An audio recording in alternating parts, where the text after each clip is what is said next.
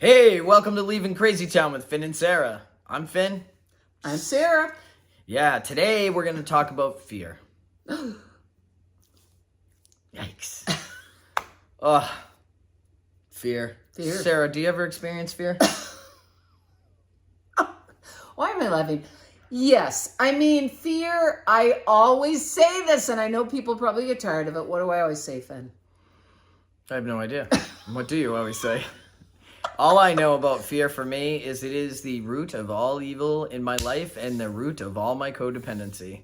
I always think, oh, I don't want to hurt their feelings. I don't want to this and that, when truly it's Finn's having some underlying fear that he may or may not be aware of. Yes. And I really think, and I do say this, fear is at the bottom of everything and definitely at the bottom of codependency. But what I want to say is this, now that I'm getting all amped up, we didn't even have a topic, but now we do. Sorry.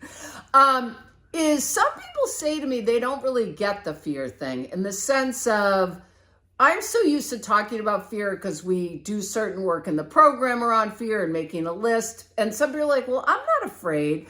We're not talking about kind of the fear of snakes or even the fear of heights or the fear of some spiders or kind of the fears you hear people talk about, like kind of phobias. What we're talking about are relational fears. So, and fear may be a strong word for it, but what we're talking about is fear of abandonment, fear of someone getting upset with us, fear of someone getting mad, fear of someone rejecting us. What else? Fear of not being good enough. Yes. Fear of not being loved. Fear of not being liked. Fear of rejection. Did I already say that? Fear of rejection. So all the fears that happen when you're in a relationship, and that definitely get more activated when you're in an intimate relationship. The fear of someone else's feelings about you. So the fear of other people's opinions is huge. So go ahead. Yeah. So what I want to bring up, and poor Sarah, once again, I didn't give her a topic. She loves to get prepared, but I'm like, no, we're going to wing it. Is how I identify that I have a fear. Great question. Because a lot of times, and it still happens, but when I first started getting comfortable understanding that I had fear, because I was one of those people, I don't have any fear. Yes. I'm not afraid of anything. I do, whatever. Yes. But boy, am I. Yes. What I had to learn was to identify the fear, because sometimes I don't know I'm in fear. I learned to identify the behaviors that I do when I'm fearful. Yeah. And that always will trigger for me. Like when I start getting upset and antsy and managing other people and figuring out my schedule and rushing and usually there's something underlying there. Just to say, fear of no control probably will encompass a lot of codependency. Yeah, so because go you ahead. can't control what people feel or think about you. Yes. So for me, I want to look at, when I look at my fears, how do I act? You know, like if I have a fear of abandonment and I'm with someone that I'm fearing might abandon me, I start performing. Yes. I start agreeing to go to places I don't want to go. Yes. I start acting like what I think they want me to be like, which of course is never accurate because I've made it all up. Right. So it's just a lot of things. So I'm going to be like, all right, well, why am I going to dinner at this Italian restaurant when I hate Italian food? Yes. Which FYI is not the truth, but right. Probably because I'm afraid of what they'll think of me. I'm afraid they're going to abandon me if I don't do what they want. All right, so this is great. So how to kind of discover if you're operating out of fear? It's like thinking about, so Finn gave a great example.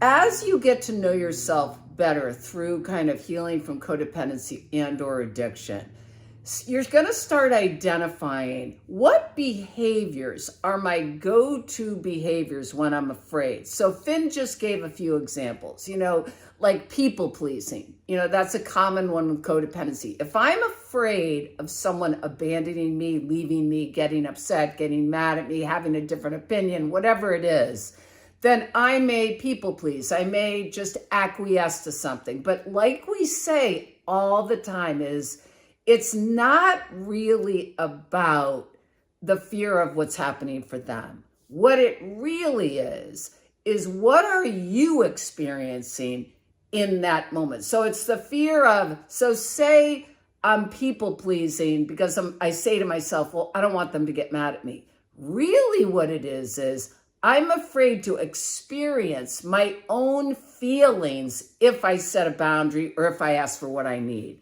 So it always comes back to this fear of having my own feelings and tolerating my own feelings. So two more things. So it's behaviors, and then what are my thinking patterns when I'm afraid? What do I start thinking? Do you know what I mean? I'm not good enough. They need to do, I need to make them okay, or I need to fix them, or I need to make them better, or whatever it is.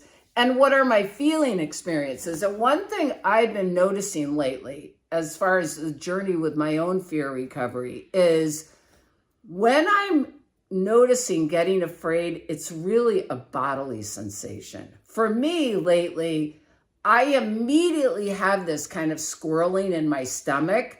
Say someone brings up a topic. It happened yesterday. We were driving home from the Cape, and someone I was with brought up a certain topic, and literally, immediately, my stomach started swirling. And I thought to myself, what am I afraid of? So starting to become aware and get in tuned with what are the signs first, because so often we don't even know we're afraid and we don't even know we're acting out of fear. Okay, take it away, Ben. Yeah, Sorry. I don't do the bodily sensation thing.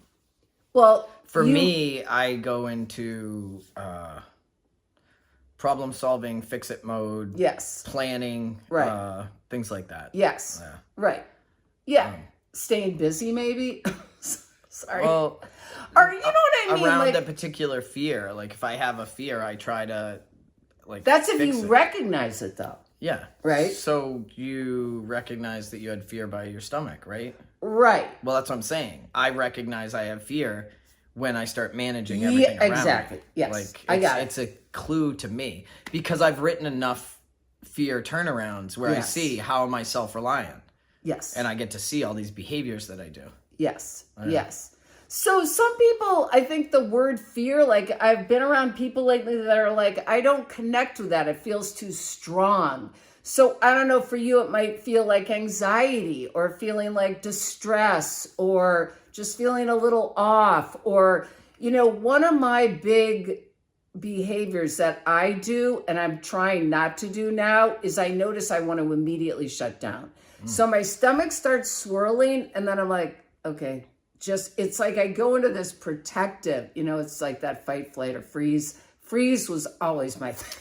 Was always my thing. Fight. Yeah. Fight was Finn's. Freeze, other people might leave. So just think about that also. Do you have a go-to thing that you notice? I mean, I do believe we all have these kind of go-to behaviors out of fear. Some people shut down, some people act out, some people fight, some people just leave the situation. So starting to just really get in touch with what is the way you deal with your fears. Okay, what else should we address? I was going to say how to look at where it comes from or how to deal with it.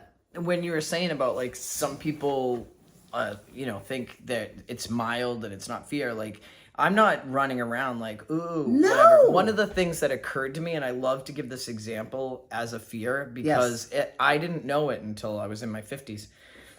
If somebody would cut me off on the road or pull out in front of me, I would be pissed.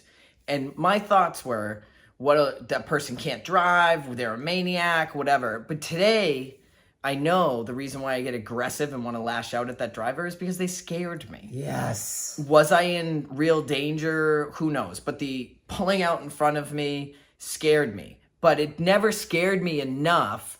Like, the feeling of fear wasn't enough that I was like, oh, I'm fearful. Yes. I didn't recognize that until much later when I was doing work with fears. And so now I know when I get angry and aggressive towards someone or mad and I don't like what they did, it's because there's an underlying fear. I don't always know what it is. Yes. But with the driving, it's like now when people pull out and crazy drive around me, I pause and I'm like, oh, I'm having fear. Before I, want to flip somebody off or yell out the window, because I don't do that anymore. I stay calm and I'm like, oh, you're just having fear. And as soon as I recognize that's what it is, it dissipates and goes away. Really, really good. Yes. I mean, that's a real classic one.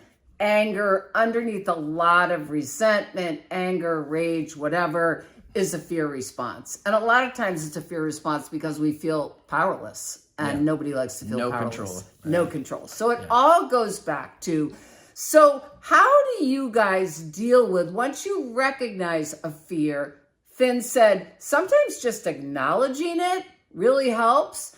Another time, if you're in what I call an activation and you can't kind of get out of it, I ask myself the question, what does this remind me of? What old fear is getting activated? Especially if I'm looking at the present situation, and this happens a lot. You're looking at your present situation and nothing, we've said this a lot, nothing is actually happening, but the fear is really intense. And I have people who say to me all the time, I'll say, well, what were you afraid of? And they're like, oh, I wasn't afraid of anything. They were just acting like a jerk. Right. And when we dig and you get underneath it, it's always some weird core fear that got activated. Yes. It's always fear. Always. I know. I know it's hard for some people to believe. And because I remember when I got sober, I was like, I didn't think I had any fear. Are No. you kidding? Like, people attack me, I attack them. The building's on fire, I run in it. No fear. That's just my response to fear. Right. I run at it. Right. So we're going to tell you, we're going to wrap this up, and we want you to do this. If you find yourself getting angry or resentful, maybe just pause and ask yourself, what am I afraid of? Just what fear is starting to come up? And then if you can identify a fear, say to yourself, geez, did I have this when I was young? Is this something that, like, is it reminding me of a previous event in my life? How did I manage it then? Did I manage it? Or did I not manage it? And it's getting activated again. And then finally, what are some tools that will be helpful to ameliorate, to calm yourself down, to soothe yourself, to get support? What's going to be helpful to deal with the fear so you don't have to do one of two things, act out or shut down? Yeah, the tools that I learned as a child are not effective today when I have fear. Amen. So, all right. Fasten your seatbelt. We're leaving. we're out of here, people. Okay.